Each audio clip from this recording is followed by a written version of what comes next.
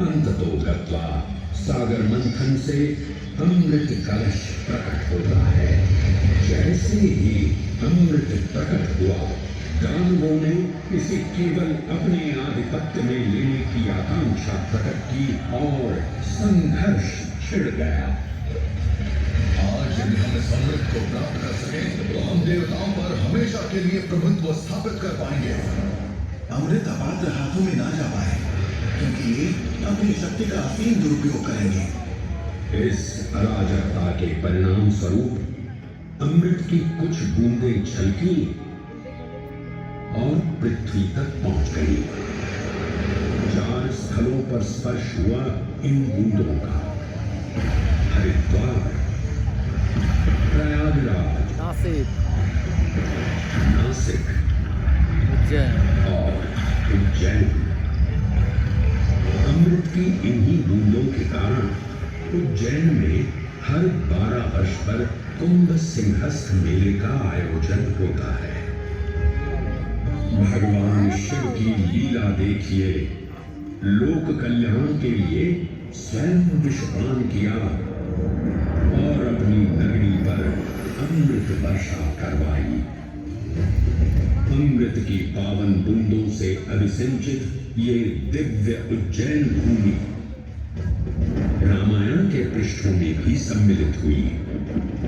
सतयुग के बाद त्रेता युग में माता सीता की खोज में वानर सेना का यहाँ आगमन हुआ।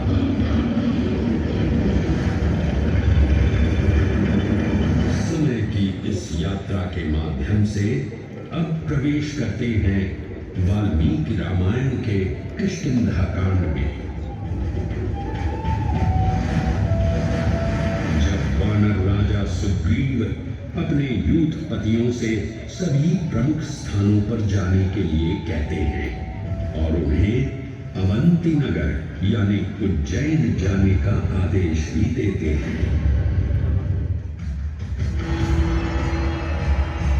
मेखला, उत्कल के क्षेत्र, दशरथ के नगर, आभ्रवंती, अवंती और विदर्भ के राज्य, साथ ही माहिष्का के आकर्षक राज्य में भी पूरी तरह से खोजना होगा। एक युग भगवान विष्णु के राम अवतार से संपृक्त और अगला युग उन्हीं के एक और दिव्य अवतार से समरस होना, ये अद्वितीय संगम केवल उज्जैन में ही संभव था। परंतु एक क्षण ठहरिए और ध्यान से सुनिए। ये हैं महाकाल के 1008 दिव्य नाम। हाँ, मैंने काल चक्र को परिवर्तित कर दिया है और अब द्वापर युग का शुभारंभ हो चुका है। विस्मय पूर्ण हो जाएंगे ये जानकर कि महाकाल के इन नामों को स्वयं भगवान श्री कृष्ण ने रचकर पिरोया था। महाकाल सहस्र नामावली की ये अद्भुत रचना उस समय की है जब योगेश्वर कृष्ण, उनके मित्र सुदामा और शेषावतार बलराम ने अवंती नगरी में स्थित सांदीपनी ऋषि के आश्रम में वेदांत दर्शन और शस्त्र विद्या की शिक्षा ग्रहण की थी। कहते हैं कि भगवान श्री कृष्ण को अवंती ने ऐसा मंत्रमुग्ध कर दिया कि यहाँ 64 दिनों तक रुककर उन्होंने 64 विद्याएं और 14 कलाओं का ज्ञान लिया। उज्जैन का संबंध महाभारत से ही जुड़ा हुआ है। इस महान महाकाव्य के वन पर्व में उल्लेख किया गया है कि महाकालेश्वर मंदिर में स्थित कोटि तीर्थ जल का स्पर्श मात्र करने से अश्वमेध यज्ञ के समान फल प्राप्त होता था और फिर परिवर्तन की इस अनवरत धारा ने एक नई कहानी लिखी। उज्जैन में उदय हुआ मौर्य वंश का। सम्राट बिंदुसार ने अपने पुत्र अशोक को उज्जैन का राज्यपाल बनाया और समय के साथ अशोक के शासनकाल में धर्म का विस्तार हुआ।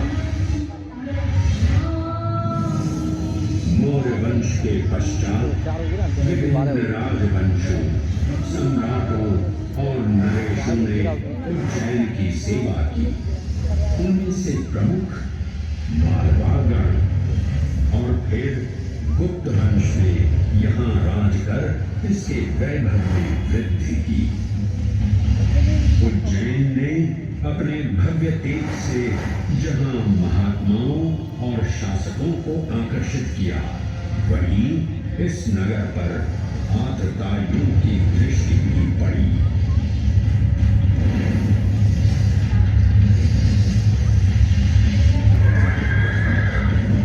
शक मध्य एशिया की खानाबदोश जनजाति थी, जिन्होंने उत्तर पश्चिमी और मध्य भारत के कुछ हिस्सों पर आक्रमण कर अपना शासन स्थापित किया। ईसा पूर्व प्रथम शताब्दी में जब भारत शकों के अत्याचार से त्रस्त था, तब उन शकों ने उज्जैन पर भी कब्जा कर लिया और फिर उज्जैन में उदय हुआ एक तेजस्वी योद्धा, महाराज विक्रमादित्य का। एक तरफ शकों का बल तो दूसरी तरफ विक्रमादित्य का अद्वितीय पराक्रम। विक्रमादित्य की तलवार महादेव के तीसरे नेत्र सी चमकी। प्रचंड युद्ध हुआ। महाकाल की कृपा से शूरवीरों ने शकों को परास्त किया और उज्जैन में गणतांत्रिक शासन स्थापित किया।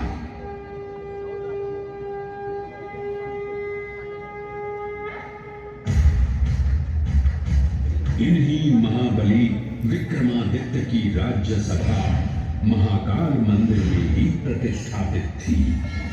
आज भी इस मंदिर की घंटियों में विक्रमादित्य की वीरता और शौर्य की प्रतिध्वनि गुंजायमान होती है।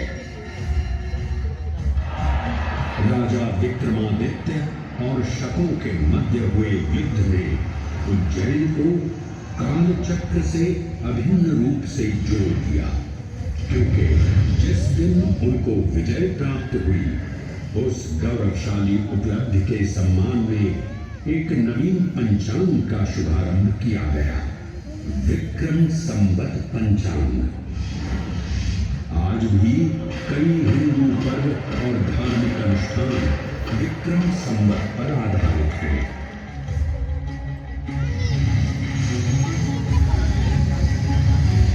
पृथ्वी की भौगोलिक कर्क रेखा इस पावन उज्जैन भूमि से होकर गुजरती है।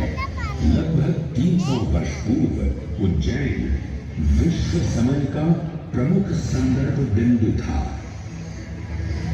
यही कारण है कि उज्जैन की वेदशाला में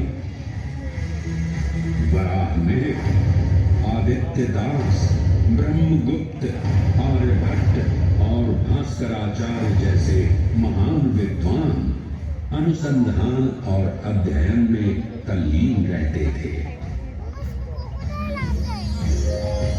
खगोल शास्त्र का केंद्र,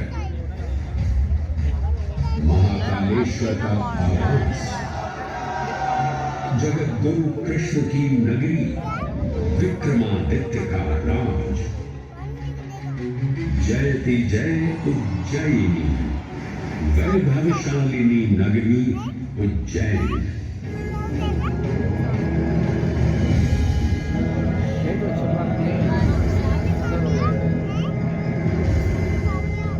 श्वासों को शिव मंत्र से अलंकृत कर, मन को भाव की गंगा से निर्मल कर जो भी उज्जैन में महादेव की शरण लेता है उसका कल्याण होना निश्चित है। आज सुनी सबने गाथा महाकाल की, दर्शन जिनके दुर्लभ हैं, नमन करे जिन्हें काल भी, चरण में जिनके है बसा। ये समस्त संसार कभी नहीं देखा होगा धरती पर ऐसा चमत्कार।